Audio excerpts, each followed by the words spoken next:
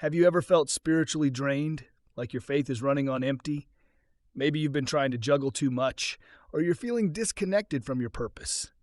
Today, we're exploring practical ways to regain your spiritual strength, rediscover hope, and lean into God's grace. Stick with us.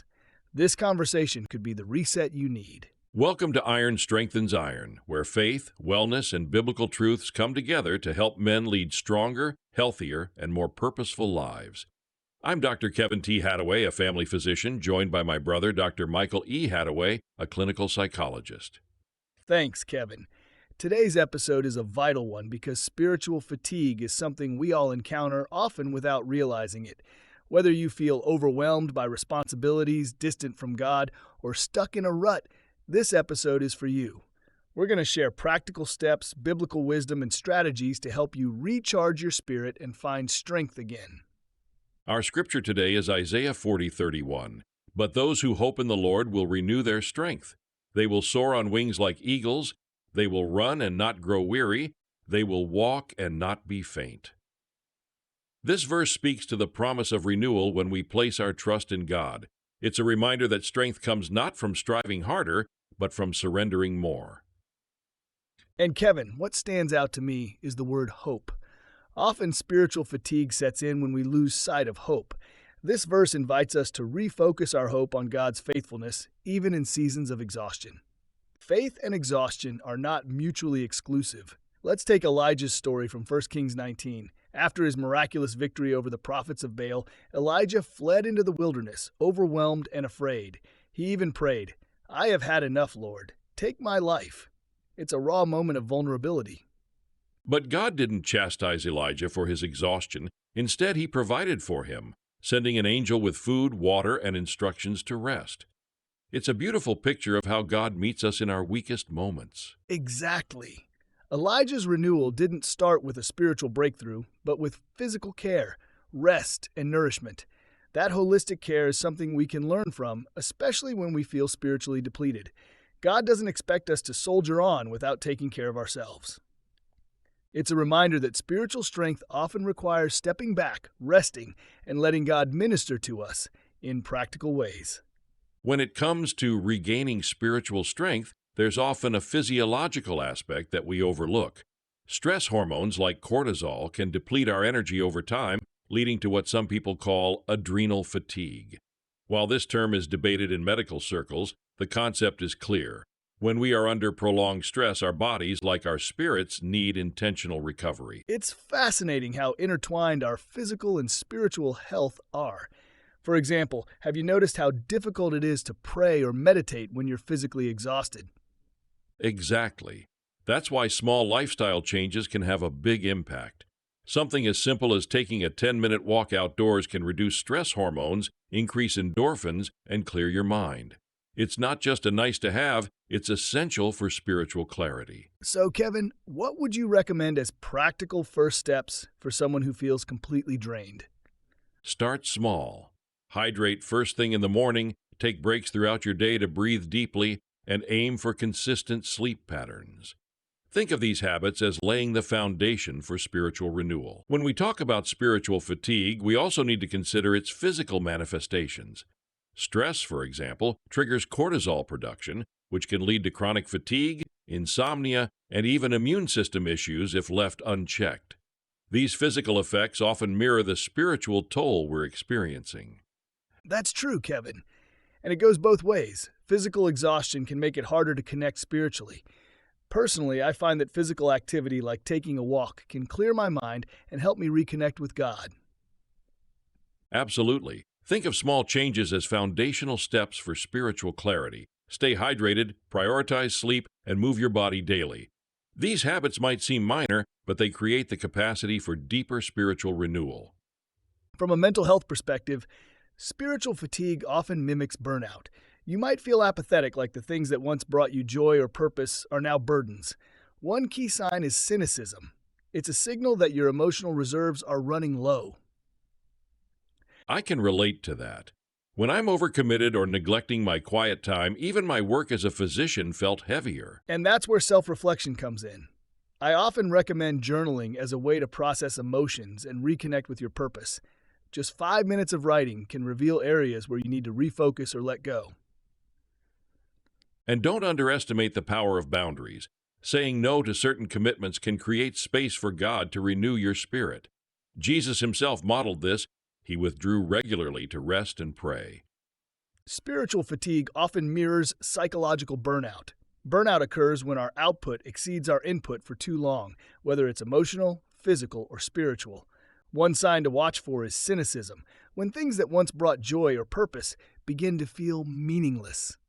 That hits home. I've noticed that when I neglect my own spiritual practices, even my work as a physician feels overwhelming. It's like I'm running on fumes. That's why reflection is so important. Journaling, for instance, can be a game changer. Write down your thoughts, your struggles, and most importantly, your prayers. Seeing those written out can help you reconnect with your purpose and faith. I like that. It's also worth mentioning the importance of setting boundaries. It's okay to say no to certain commitments so you can say yes to spiritual restoration. Boundaries are essential. Without them, we risk overcommitting, which only deepens the cycle of exhaustion. Remember, even Jesus withdrew to pray and rest. If the Son of God needed quiet time, so do we. Let's discuss the all or nothing fallacy, the belief that if we're not thriving spiritually, we're failing completely. This mindset can be paralyzing, leading us to think, if I'm not doing it perfectly, why bother at all? That's such a common trap. There's this unspoken pressure to be all in spiritually, and when we fall short, we feel like we've let God down. But God's grace is sufficient. In 2 Corinthians 12:9, he says, "My power is made perfect in weakness." Faith isn't about perfection, it's about trusting God even when we're struggling. Recognizing this fallacy allows us to take small, meaningful steps forward without the burden of perfection. Every step counts. Let's explore some practical steps to regain spiritual strength. Start with quiet time. Just 5 minutes of prayer or scripture reading each day can recalibrate your heart. Incorporate light physical activity like a walk to clear your mind and refresh your spirit. Reconnect with a faith community. Isolation amplifies fatigue, but fellowship restores faith. Identify and replace a draining habit, like excessive screen time, with a restorative one, such as journaling or worship. Michael, which of these steps do you find the hardest for people to start? Honestly, letting go of distractions. But once you take that step, it creates space for so much growth and clarity. Let's address a common struggle, feeling unworthy of God's renewal. Sometimes we think, I've drifted too far, or God doesn't care about my exhaustion. But those are fallacies. Scripture is clear. Come to me, all who are weary and burdened, and I will give you rest. That promise is for everyone. If time is an obstacle where you think I'm too busy to rest, here's a perspective shift. Rest isn't the absence of productivity, it's preparation for greater effectiveness. Jesus himself rested before major moments in his ministry. Exactly. If time feels like a barrier, start small. Commit to one restorative practice daily, even if it's just 5 minutes. Over time, you'll notice the cumulative impact. One of the biggest challenges is feeling unworthy of God's renewal. But Matthew 11:28 reminds us, "Come to me, all who are weary and burdened, and I will give you rest." That promise is for everyone. Rest isn't a luxury, it's preparation for greater effectiveness. Even Jesus rested before major ministry moments. If time feels scarce, start small. One consistent restorative practice can make a huge difference.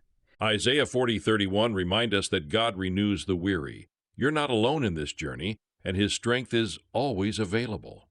And don't underestimate the power of worship. Singing praises, even in your lowest moments, shifts your focus from your struggles to God's sovereignty. That's so true. Worship changes our perspective. When we magnify God, our problems start to feel smaller. Remember, worship shifts our focus from our struggles to God's victory. Even in tough seasons, worship is both a weapon and a refuge. This week, take one step to reconnect with God. Whether it's journaling, prayer, or reaching out to a mentor, start small but make it intentional. And practice gratitude. Write down 3 things daily that remind you of God's faithfulness. Gratitude reshapes your perspective and prepares your heart for renewal. As we conclude this episode of Iron Strengthens Iron, we want to remind you that the insights and challenges shared here are meant for educational and motivational purposes. They are not a substitute for professional medical, psychological, or pastoral advice. If you're facing challenges that require personalized care, we encourage you to seek the guidance of a qualified professional in your area. Thank you for joining us on this journey of faith, strength, and brotherhood. We hope today's message inspires you to embrace your vulnerabilities, rise with resilience, and strengthen the bonds that uplift and strengthen you. Remember, you are not alone in this journey.